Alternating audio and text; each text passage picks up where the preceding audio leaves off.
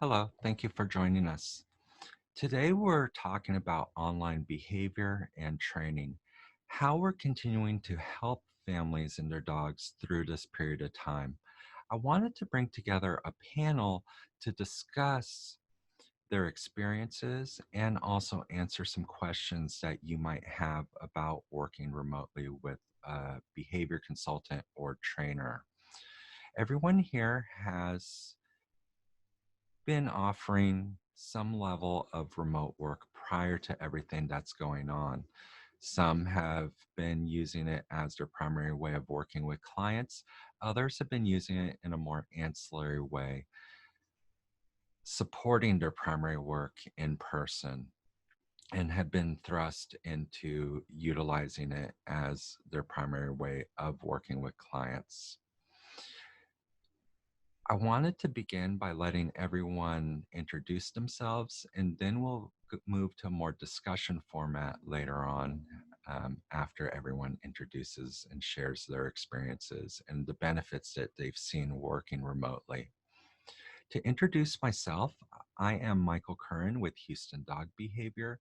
I've been working in the Houston area one-on-one privately for about 7 years. I started utilizing remote services and building my capabilities back in November. And since then, I have completely moved to a remote format. I have full capabilities working remotely.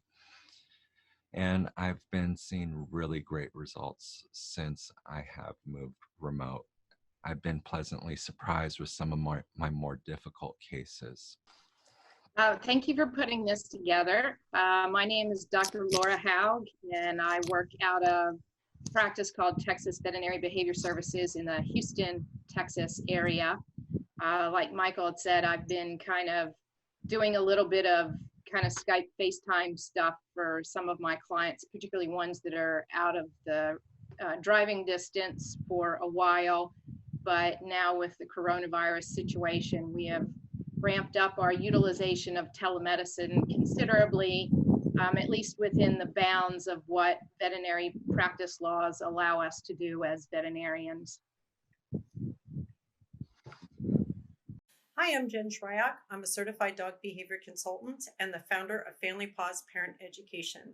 We have been offering dog and baby toddler consultations since 2002. And one of the things that I have found over the years is that online consultations can be super, super helpful. They provide flexibility. It can be a calm and relaxed situation. We use a variety of different applications and tools to make it comfortable.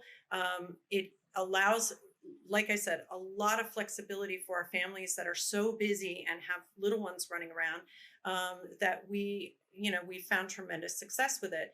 In fact, I found that the contact with many of my long distance clients where we were using video to stay in touch and to show progression in the skills that they were hoping to develop, whether it was management or basic manners, those connections were stronger. And I found my families were doing so much more because they were providing me with video evidence of the skills we were asking them to do. And it just built such a strong connection. So I've actually switched to all of my local families. We do an in-person and then we move to online as soon as possible so that we can get the most for our time that we're working together without having to rearrange schedules. And it's been phenomenal and fantastic.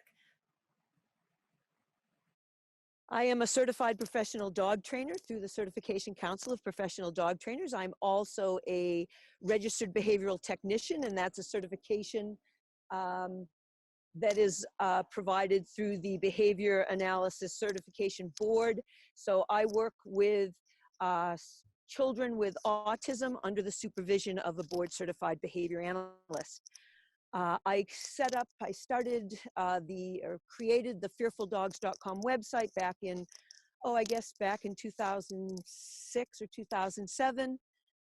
After the hurricanes, I ended up with a really fearful dog and discovered the lack of easy to access, it wasn't completely missing, but there was a lack of good information about how to work with fear-based behaviors in dogs, whether it manifests as inhibition or aggression. And I manage the Fearful Dogs Facebook group, and wrote a couple of books. One is called A Guide to Living with and Training a Fearful Dog. And I've been using the internet and the phone even to work with clients, in part for overseas clients, because I live in southern Vermont. I don't necessarily have access to a large population of people in my community. So I was able to access a greater area and service more people through the internet. So I've been using it for years that way. And it is really helpful because in many cases, when a client has a fearful dog, in order for me to actually do any training with that animal, the first thing I have to do is to be able to provide it with reinforcement, generally in the form of food. And if I can't do it, many owners can, and so then I become an online, I can coach them, and so it's really useful to do it this way. And I've seen more and more people going online and being able to support a broader community. Hi, everybody. Hi, Michael. It's good to see you. Thank you for having me on this panel. My name is Thomas Aaron. I'm from Denver, Colorado, and my company is FetchMasters Dog Training. Unlike most of the panelists here, I do not specialize in severe behavior issues. My company specializes in high performance obedience and high distraction environments, off-leash reliability, and positive gun dog training or positive hunting dog training.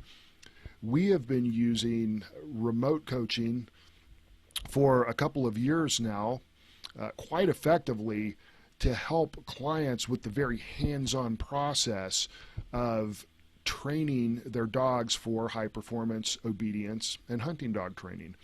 So I am hoping that by being a member of this panel, I can do a couple of things. One, to kind of plant into the mind of dog trainers that if you specialize in a dog sport or obedience training or that sort of thing, distance coaching actually can work very well for you. And also to plant into the mind of clients, dog owners, that remote coaching is actually a very feasible way to deal with not only behavior problems, but also the stuff that you would normally have a trainer come into your house and put their hands on your dog to train. So anyway, yeah, that's why I'm here. So again, thanks for having me on. All right. Hey, everyone. I'm Mike Shikashio. I founded the aggressivedog.com website, and that's what I focus on. I've been doing remote consults for a while now, and actually I got turned on to it because I was teaching other trainers online using Zoom. So I actually started using Zoom for teaching students before I actually started working with clients, but then it kind of was a natural transition to working with clients remotely. And I love it because I don't have to worry about getting bitten through the computer screen. And it works out really well, actually. A lot of people always think, like, oh, how do you do aggression cases through remote consults? But if your communication, and you kind of hone your communication and teaching style as you go along, and it's a little different, of course, than in person. And of course, the dynamics and being able to see the environment is a little different, but you could be quite successful at it as you go along. So I encourage people to explore that option if they're not doing it already. I want to first give a shout out to Dr. Haug. The Fear Free was started 10 years ago, I guess 11 years ago in 2009, based on a seminar I was at with the board of veterinary behaviorists that transformed me. It was, and I have to say, I'd heard this before from other boarded behaviorists, but it went in fear, anxiety, and stress, those things we see in pets, the lip licking, the yawning, the salivating, the shivering, the shaking, the hiding, the leaning, the furrowing brow, the ears laid, all that stuff. I thought that was just collateral damage and there was nothing you could do. But luckily, it's almost like Randy Posh's last lecture. I came out of there a different person and went back to boarded veterinary behaviorist in early 2010 and spent basically 5 years. We've trying to figure out how to do it. And now of the 83, and Lori can correct me if I'm wrong, around 83 boarded behaviorists, I think 65 are part of Fear Free. And that is the bedrock of Fear Free. So Fear Free started out just the right thing to do to match up with our oath to prevent or relieve animal pain and suffering. Soon found out it was better medicine. Soon found out it was dramatic decrease in injuries. Found out that it was more profitable. Found out it was easier to attract and retain team members, and found out it was more fun to actually have pets. You love them and they loved you back. To have dogs drag owners into the hospital and have owners try to drag them out, literally, just because of putting the treat into treatment. It soon spread to, so from the very beginning, when we launched April 1st, 4 years ago today, we hope to have 1,000 people by the end of that year in 9 months be Fear Free certified. We were targeting veterinarians and veterinary nurses. We had 10,000. And today we have 80,000 plus 20,000 veterinary students and veterinary nursing students, so over 100,000. 46 countries, 6 languages. And then we realized what good is a great experience at the vet if it has a poor home life? So we went to Fear Free Happy Homes, which is complimentary to all pet owners. There's no charge for it. And then we went to the trainers, which I applaud all of you.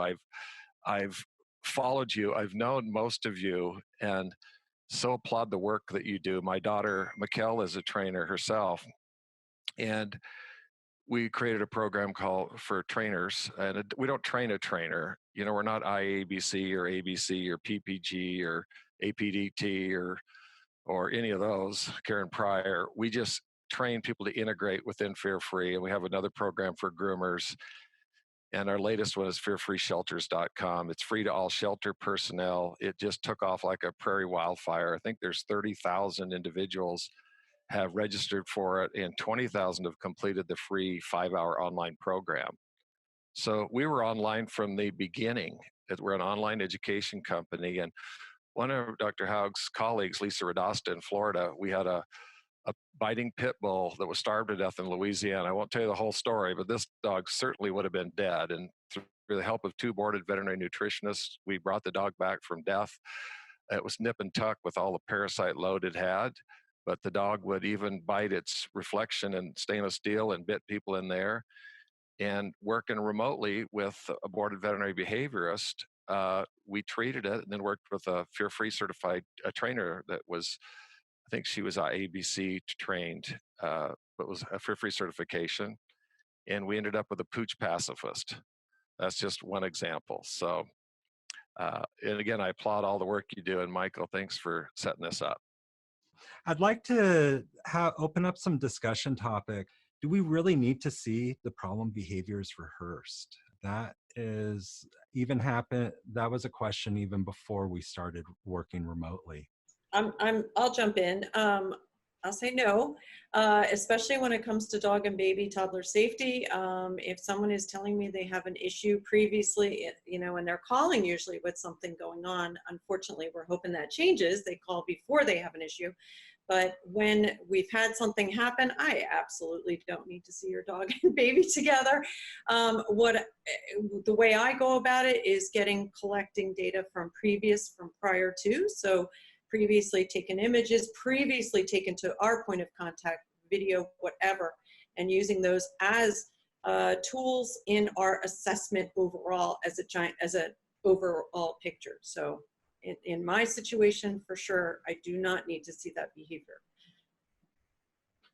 I'll jump in as well too, because Debbie and Michael also brought up some good points about benefits of remote consulting, which is when you have these animals that are super terrified and or very aggressive, it's obviously not in anyone's best interest, the owner, the animal, or the behavior consultant, to actually be in, you know, have the animal express, you know, shrieking, terrifying, urinating, defecating, or barking and lunging kind of behavior it puts people at risk, and the animal's certainly in no state to learn when they're in that type of an emotional outburst. So, and you know, most of us, I think it's important for owners to know, most of us just by chance or accident have seen so many cases of dogs barking at dogs on walks or lunging at people and, you know, visitors in people's living rooms, that you don't really need to see another one, unless it's something truly bizarre, which sometimes then puts it more in my realm than yours, where we think there is a truly aberrant pathologic behavior going on. And then certainly in some instances, it is helpful to see that behavior. But again, video is often just as good, if not better, than the real thing. Yeah, I mean, I was just thinking when Jen was talking about it, I think I would have a heart attack if someone's like, don't you want to see what he does with the baby?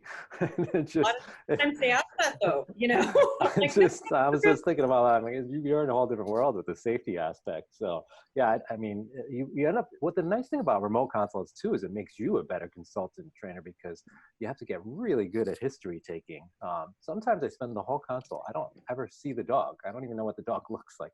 I'm going based on behavior history and figuring out those antecedents and going through the usual functional assessments we do. But all I need to know is about the history. I never need to see the behavior, and we can craft our behavior plan based on that. So I think through experience and learning how to almost profile these cases more, it just it makes you a better trainer and consultant for sure. So yeah, but and the safety aspect is, as we were talking about earlier, this really something you have to consider first and foremost before you jump into any of the other stuff. How does everyone transfer skills, and do we need to be hands-on with these dogs to demonstrate? Can I throw something in there, Mike? Yeah, definitely. Yeah, I actually do need to see the problem behavior sometimes. Bear in mind, I don't deal with severe behavior issues. I'm dealing with obedience training.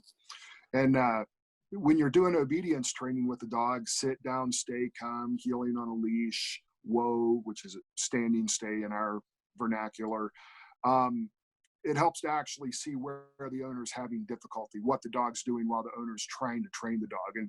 And again, I'm kind of throwing that in there because I want this to be applicable to people who are not necessarily behavior specialists. But, you know, we can see how the owner is, we can see their posture. We can see what direction is the dog looking away from them. Is it, if it's a short-legged dog and they're trying to teach it to lay down, and they can't get it to lay down, you know, we have tricks up our sleeve, but we need to kind of see what's going on. So I just wanted to toss that in there.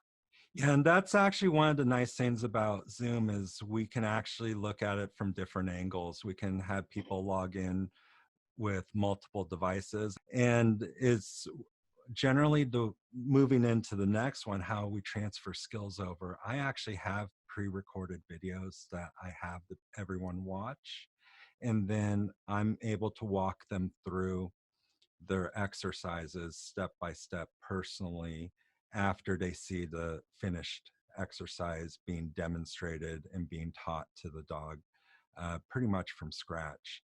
And I think that it's so important that we're also utilizing the video conferencing. We can use items like, Marco Polo?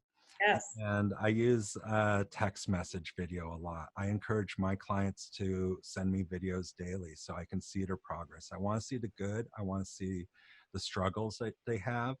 And the more video I get, the more input, the more personalized the program ends up becoming to their situation. Yeah, I agree with you 100% on Marco Polo.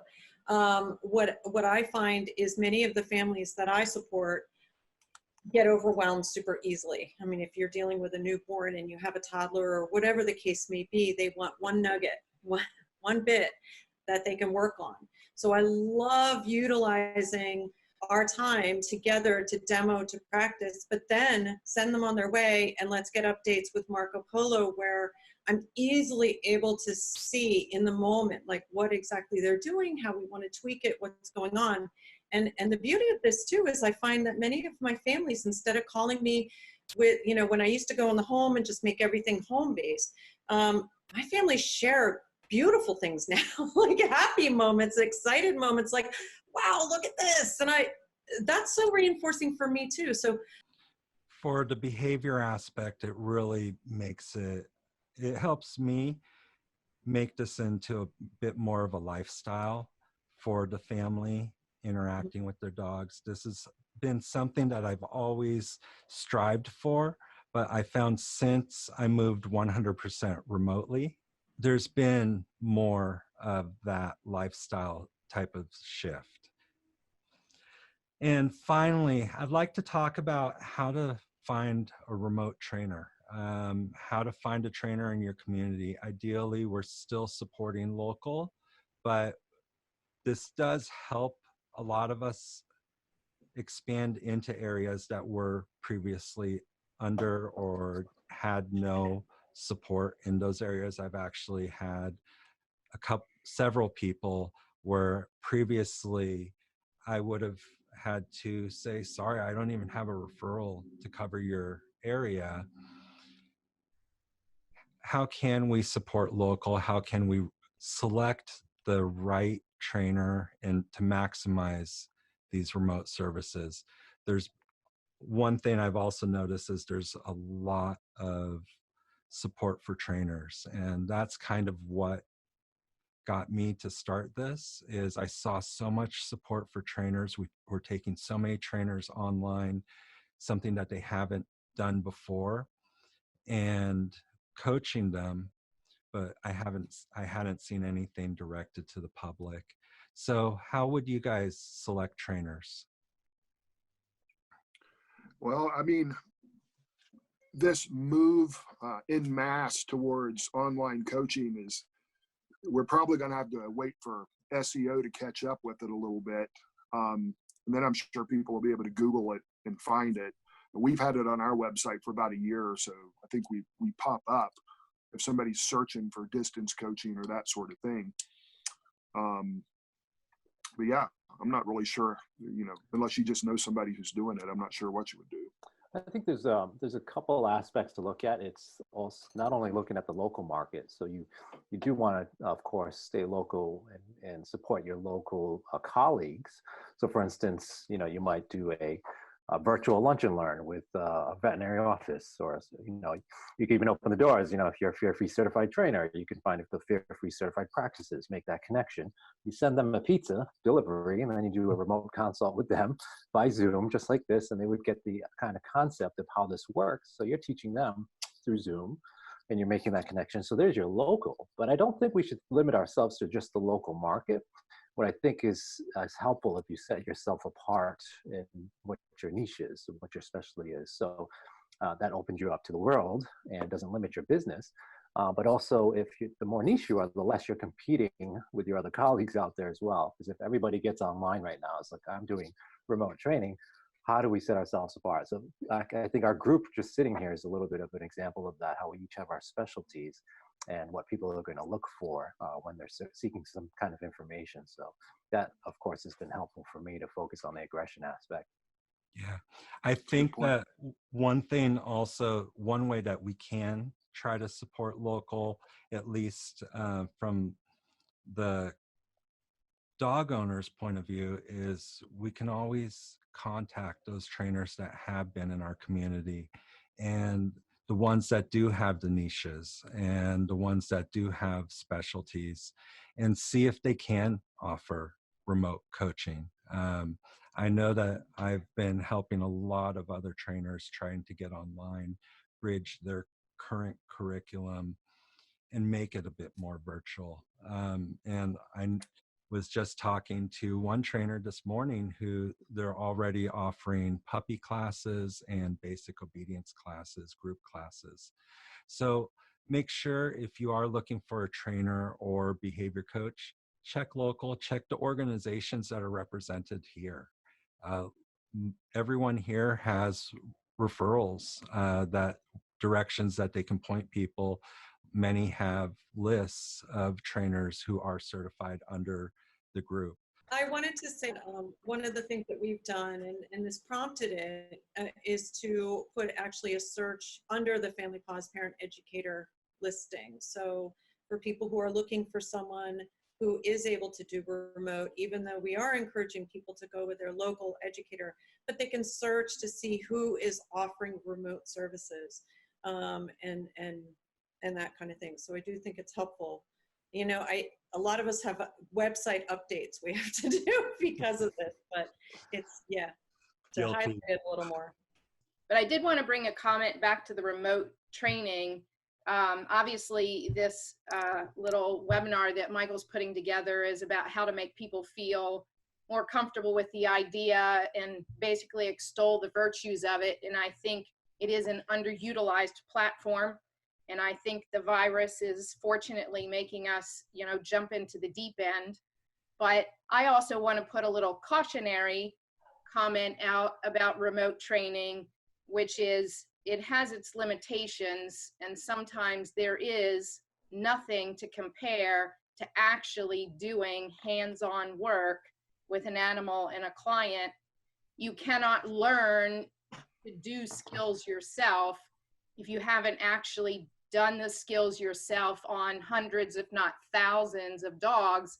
And I think the reason that people like us can be particularly successful with remote training is because up to this point, we have actually handled thousands and like hundreds of thousands of animals probably over the decades of our collective careers.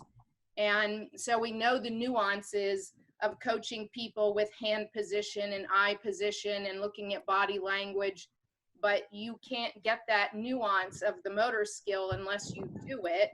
So I also want to make sure, like I said, that we're cautionary that people don't go, oh, remote training, I'm just going to do all my remote training with all my clients from now on, or that our new trainers start out that way and then never get the hands-on experience, or never, you know, they get in a scenario like Michael teaches where you finally go do a hands-on, you know, case with an aggressive dog, and then you do not have the skills yourself to stay safe and handle that animal if, you know, things go south.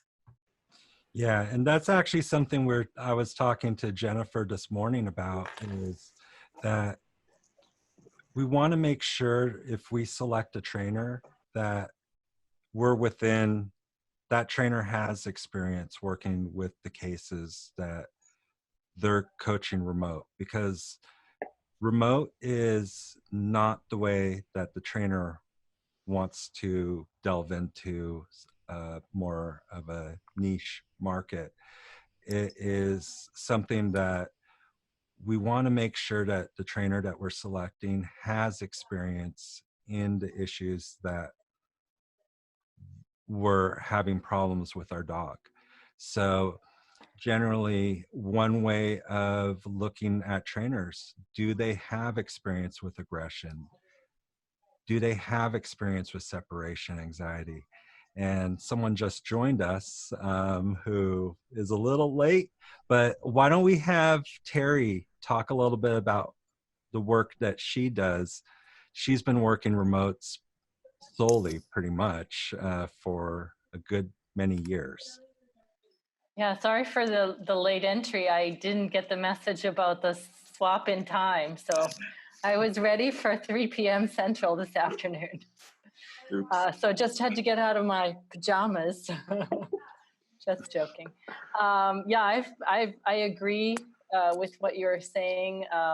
I think that it's just like if we look at it from the perspective of we only change one criteria at a time, you know, we don't want to all of a sudden work on some kind of a new behavioral issue and jump into working remotely. You know, that's 2 parameters.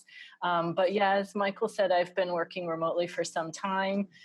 Initially, I was looking for an income stream that wasn't completely dependent upon my geographical area. And so I started to do separation anxiety work.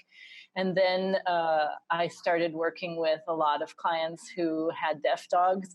Again, as we know, it's just good positive reinforcement training with some modifications and a perspective shift on the part of the humans. But folks felt, you know, like any niche, comfortable with somebody who's worked with that type of animal.